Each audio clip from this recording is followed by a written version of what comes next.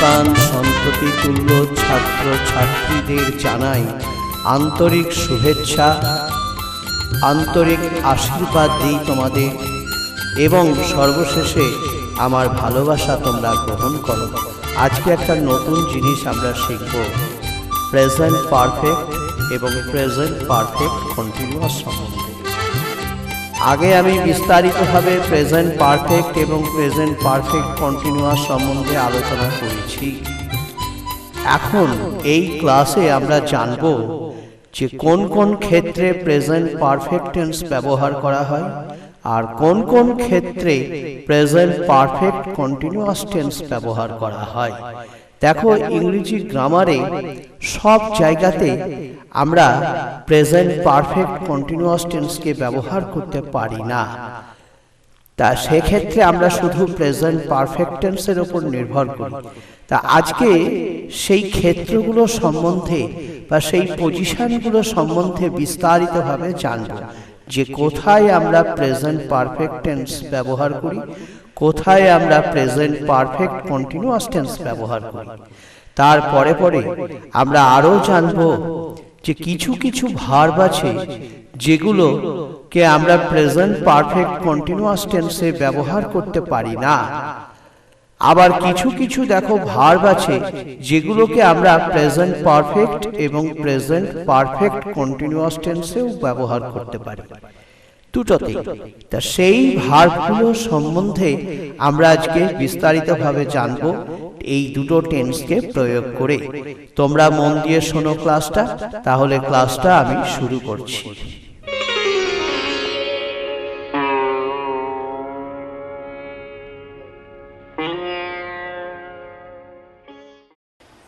He has written 3 poems since morning. যদি বলি he has written 3 poems since morning, সকাল থেকে সে 3টে কবিতা লিখে এসেছে। তার মানে কি, এইটাকে আমরা কিন্তু প্রেজেন্ট পারফেক্ট কন্টিনিউয়াস দিয়ে ব্যবহার করতে পারবো না। এটাকে যাই না করা কেন? কারণ এখানে নাম্বার এক্সপ্রেসড হচ্ছে। He has written 3 poems since morning. How many poems? 3 poems. This is the number. To express number, we cannot use present perfect continuous tense. We should always use present perfect tense.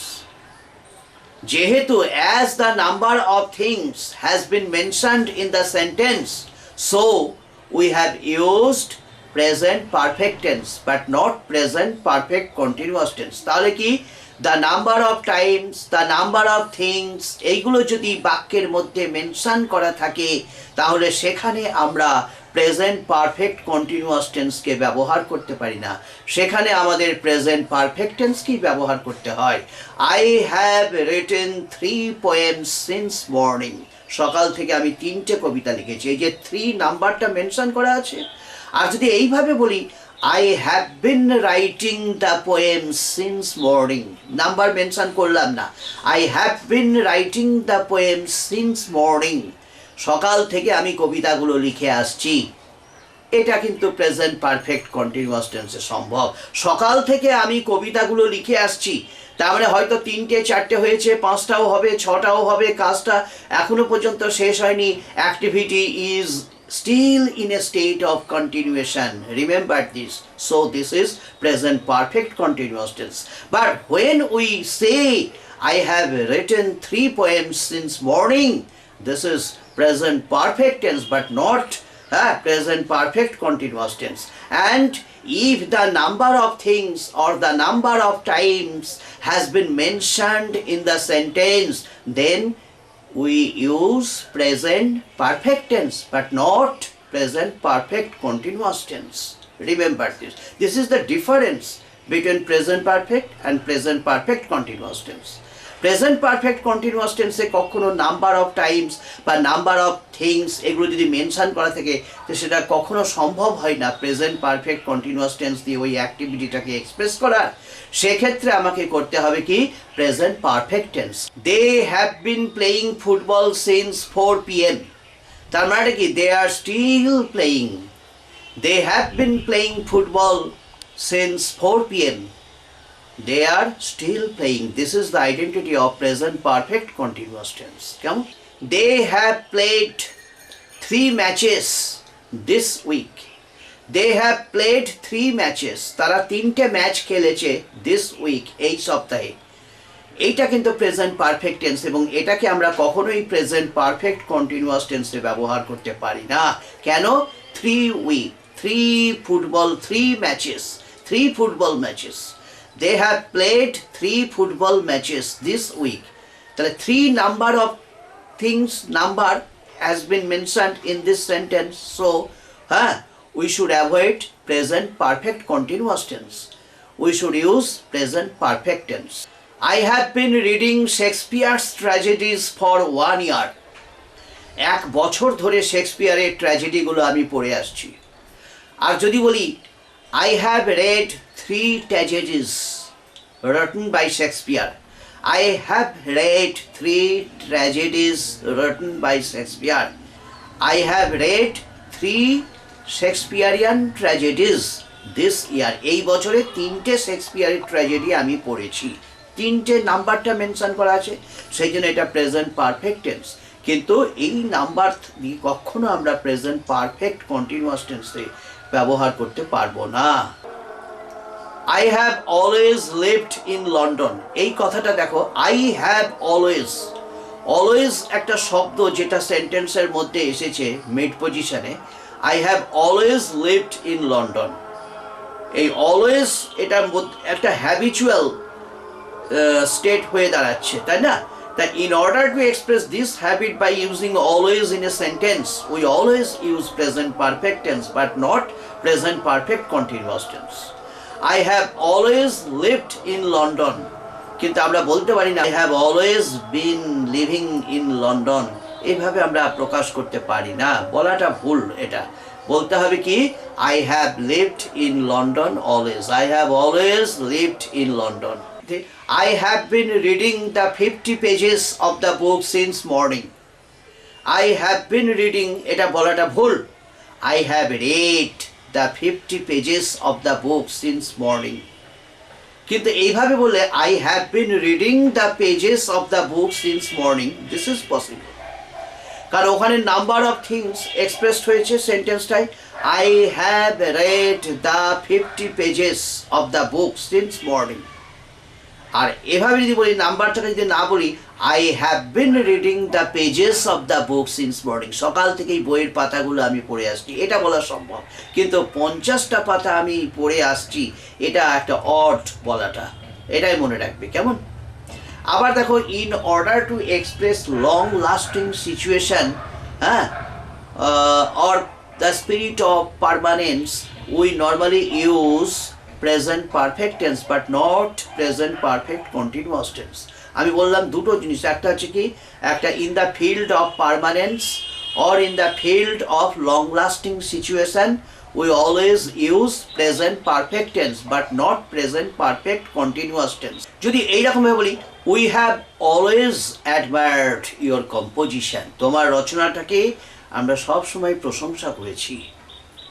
we have been admiring এক্ষেত্রে বলা যাবে না। কেন?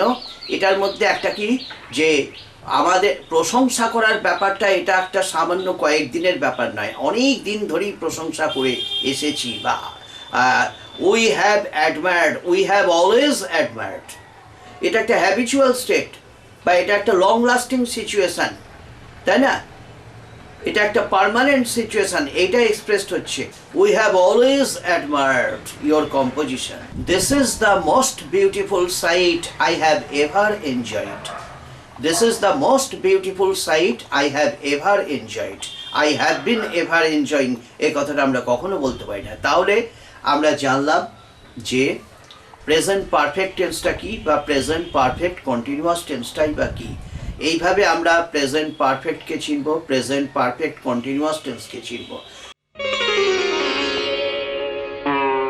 কতগুলো verb আছে, যে সমস্ত ভার্বগুলোকে আমরা প্রেজেন্ট পারফেক্ট এবং প্রেজেন্ট পারফেক্ট কন্টিনিউয়াস টেন্সে ব্যবহার করতে পারি। এবার সেই সব ভার্বগুলো তো তোমাদেরকে চিনতে হবে কোন কোন ভার্ব সেগুলো। যেসব ভার্বগুলোকে আমরা দুটো টেন্সেই ব্যবহার করতে পারি, প্রেজেন্ট পারফেক্ট টেন্স এবং present perfect continuous tense. There are some verbs which can be used both in present perfect continuous tense and in present perfect tense. এই ভার্বগুলো কোনগুলো দেখো কি কি? এই ভার্বগুলোর মধ্যে পড়ছে live, work, lie, stand, sleep, teach, study, want, stay, expect, hope, wait, etcetera. এই সমস্ত ভার্বগুলো যেগুলো বললাম, এই ভার্বগুলো আমরা দুটো টেন্সেই ব্যবহার করতে পারি, এক প্রেজেন্ট পারফেক্ট এবং প্রেজেন্ট পারফেক্ট কন্টিনিউয়াস টেন্সে। I have lived in London since my childhood. আবার এটাকেও বলতে পারি I have been living in London since my childhood. আমার ছেলেবেলা থেকে আমি লন্ডনে বাস করে আসছি, বা আমার ছেলেবেলা থেকে আমি লন্ডনে বাস করেছি। এই দুটোর মধ্যে পার্থক্যটা কি? I have lived in London since my childhood বললে এটাই বোঝাবে যে লন্ডনে বাস করাটা আমার শেষ হয়ে গিয়েছে, এটা একটা কমপ্লিটেড অ্যাক্টিভিটি। তাই লন্ডন সম্বন্ধে যেসব এক্সপিরিয়েন্সগুলো আমি অর্জন করেছি সেগুলো স্টিল বিদ্যমান আমার মধ্যে, এইটা বোঝাচ্ছে। এটা হচ্ছে present perfect tense. I have lived in London since my childhood. আর যদি বলি I have been living in London since my childhood, আমার ছেলেবেলা থেকে আমি লন্ডনে বাস করে আসছি, মানে কি যে আমি এখনো বাস করছি। I am still in a London now, কথা বলার মুহূর্তেও আমি লন্ডনে আছি, এরকম ভাবটা প্রকাশ পাচ্ছে। এটাও হচ্ছে কি প্রেজেন্ট পারফেক্ট কন্টিনিউয়াস টেন্স। এইভাবে আমরা ডিফারেন্সটাকে ড্র করতে পারি। দেখো একই ভার্ব যে লিভ ভার্বটা, LIVE লিভ ভার্বটা একদিকে প্রেজেন্ট পারফেক্ট টেন্সেও আমরা ব্যবহার করতে পারি, আবার অপরদিকে প্রেজেন্ট পারফেক্ট কন্টিনিউয়াস টেন্সেও ব্যবহার করতে পারি। I have been teaching English for 50 years, আর I have taught English for 50 years. এই দুটোর মধ্যে ডিফারেন্সটা দেখো। যখন বলছি I have been teaching English for 50 years, মানেটা কি 50 বছর ধরে আমি ইংরেজি শিখিয়ে আসছি। আমার ইংরেজি শেখানোটা এখনও থামেনি, চলছে, ভবিষ্যতেও যার দিকে টার্ন নেবে, যাবে। 51 বছরে, 52 বছরে এগুলোও পড়তে পারে, আমার জীবনে আসতে পারে। I have been teaching English for 50 years. আর যদি বলি I have taught English for 50 years, this is present perfect tense. কেন?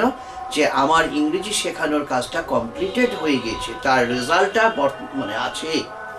This is the identity of present perfect, আর ওটা হচ্ছে প্রেজেন্ট পারফেক্ট কন্টিনিউয়াস। এইভাবে ডিফারেন্সটাকে আমরা ড্র করতে পারি। মাই son has slept for 6 years. তার মানে কি আমার ছেলের ঘুম ভেঙে গিয়েছে, 6 ঘন্টা ধরে সে ঘুমিয়েছে। বেশ, তার প্রেজেন্ট এক্সপিরিয়েন্স বা প্রেজেন্ট রেজাল্টটা বর্তমান আছে। স্টিল সে বুঝতে পারছে তার শরীরটা তাজা আছে, তার মস্তিষ্ক ফ্রেশ হয়ে গিয়েছে, নতুন এনার্জি পেয়েছে, কাজকর্ম করছে, এইসব ফলগুলো আছে।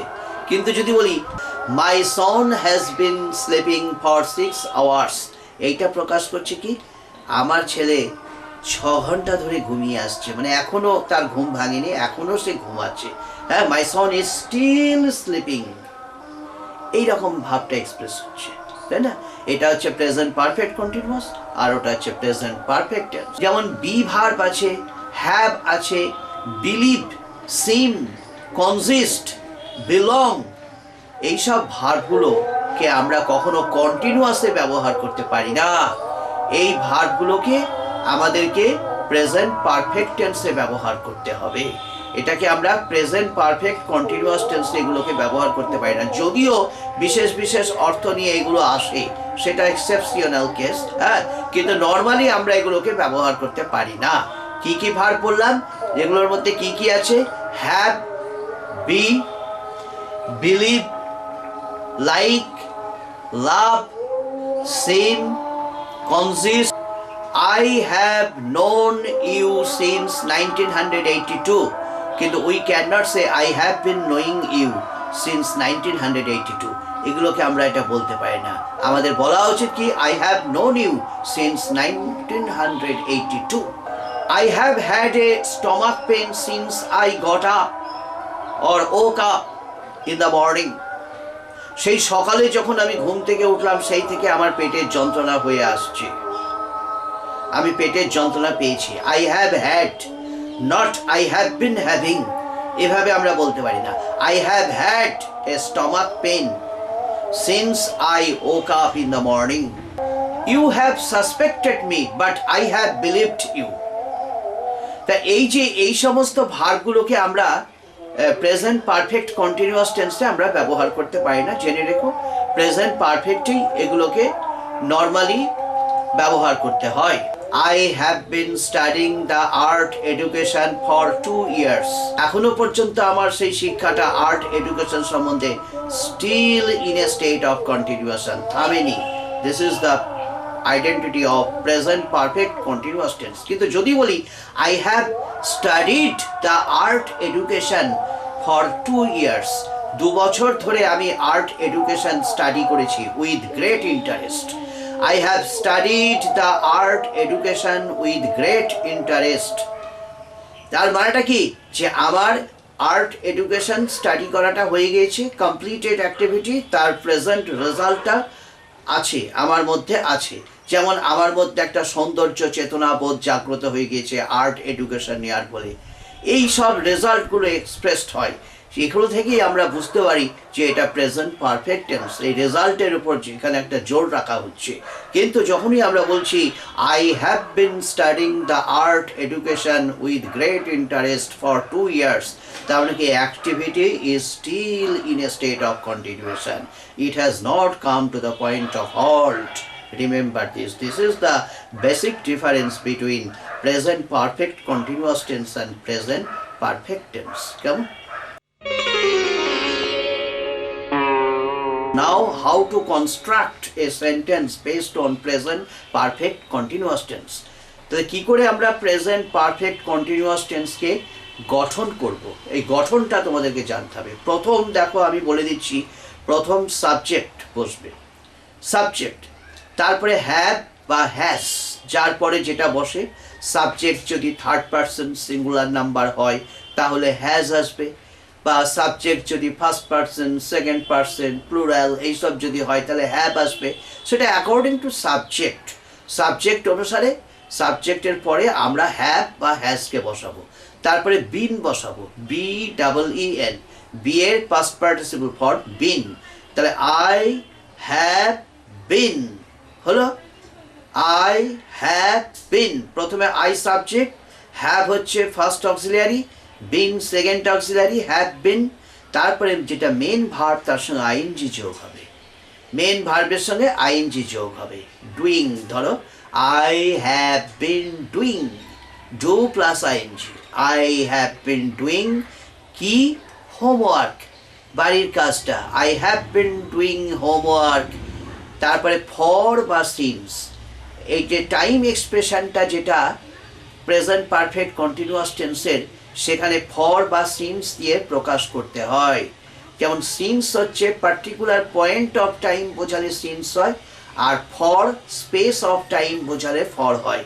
যেমন ধরো I have been reading the book since morning, সকাল থেকে বইটা আমি পড়ে আসছি, পার্টিকুলার পয়েন্ট অফ টাইম এখানে এক্সপ্রেসড হচ্ছে, তাই দিলাম কি সিন্স মর্নিং। কিন্তু যদি বলি I have been reading the book for 2 hours, এটা কিন্তু পয়েন্ট অফ টাইম না, এটা স্পেস অফ টাইম, সময়ের ব্যাপ্তি, 2 hours, 2 ঘন্টা ধরে আমি বইটা পড়ে আসছি। I have been reading the book for 2 hours, এই ফর আর সিন্স এই দুটো আসবে, তারপরে টাইমটা, টাইম এক্সপ্রেশন যেটা থাকবে সেটা বসিয়ে দেবে। তাহলে কি বললাম, প্রথমে সাবজেক্ট বসবে, তারপরে হ্যাভ বিন বা হ্যাজ বিন এটা বসবে, তারপরে মেন ভার্বের সঙ্গে আইএনজি যোগ হবে, তারপরে হবে কি অবজেক্ট বসলো, যদি থাকে object, direct object, indirect object যদি দুটো থাকে তাই বসবে। হ্যাঁ, তারপরে বসবে কি, তারপরে বসবে তোমার টাইম এক্সপ্রেশন, যদি অন্য কিছু থাকে তাও বসবে, কমপ্লিমেন্টের জায়গায় কমপ্লিমেন্ট, অ্যাডজাঙ্ক্ট। হ্যাঁ, টাইম এক্সপ্রেশন লাস্টে বসে, টাইমটা এমপিটি রুল অনুসারে তোমরা বসাবে, প্রথমে ম্যানার, তারপরে প্লেস, তারপরে টাইম। অ্যাডভার্বিয়ালগুলো এইভাবে সেট করবে। প্রথমে ম্যানার, তারপরে প্লেস, তারপরে টাইম, তাই না? টাইমটা শেষে বসে, এটা মনে রাখবে। টাইমের মধ্যে কি থাকতে পারে? ফর বা সিন্স, এই দুটো আসতে পারে।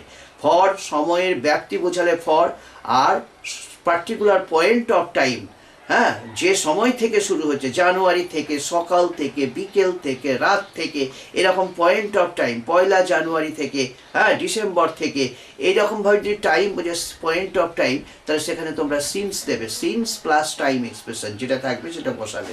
তারপরে যদি স্পেস অফ টাইম হয় তাহলে ফর দিবে, ফর দিয়ে যেটা থাকবে টাইম সেটা বসাবে। তাহলে সিন্স বা ফর প্লাস টাইম এক্সপ্রেশন। তাহলে সাবজেক্ট, তারপরে হ্যাভ বিন বা হ্যাজ বিন, তারপরে মূল ভার্বের সঙ্গে আইএনজি যোগ, তারপরে অবজেক্ট, তারপরে তোমার টাইম এক্সপ্রেশন সিন্স বা ফর দিয়ে যে টাইমটা থাকবে সেই টাইমটা বসিয়ে দেবে। কেমন? এইভাবে আমরা প্রেজেন্ট পারফেক্ট কন্টিনিউয়াস টেন্সের কনস্ট্রাকশন রুল তৈরি করতে পারি, এবং সেটাকে ফলো করেই আমরা নানা রকমের বাক্য বসাতে পারি, তৈরি করতে পারি। তোমরা এগুলো বাড়িতে চেষ্টা করবে, তোমরা মন দিয়ে এগুলো করবে, নিশ্চয়ই বুঝতে পারবে। আমি অনেকক্ষণ ধরে তোমাদেরকে আলোচনা করলাম প্রেজেন্ট পারফেক্ট টেন্স বা present perfect continuous tense. Present perfect continuous টেন্সের প্রকৃত স্বরূপ কী, আর প্রেজেন্ট পারফেক্ট কন্টিনিউয়াস টেন্সের সঙ্গে প্রেজেন্ট পারফেক্টের ডিফারেন্স কী, ডিটেলস আমরা আলোচনা করলাম, এবং আশা করি তোমরা বুঝতে পেরেছ। তাহলে এই ক্লাসটা আমি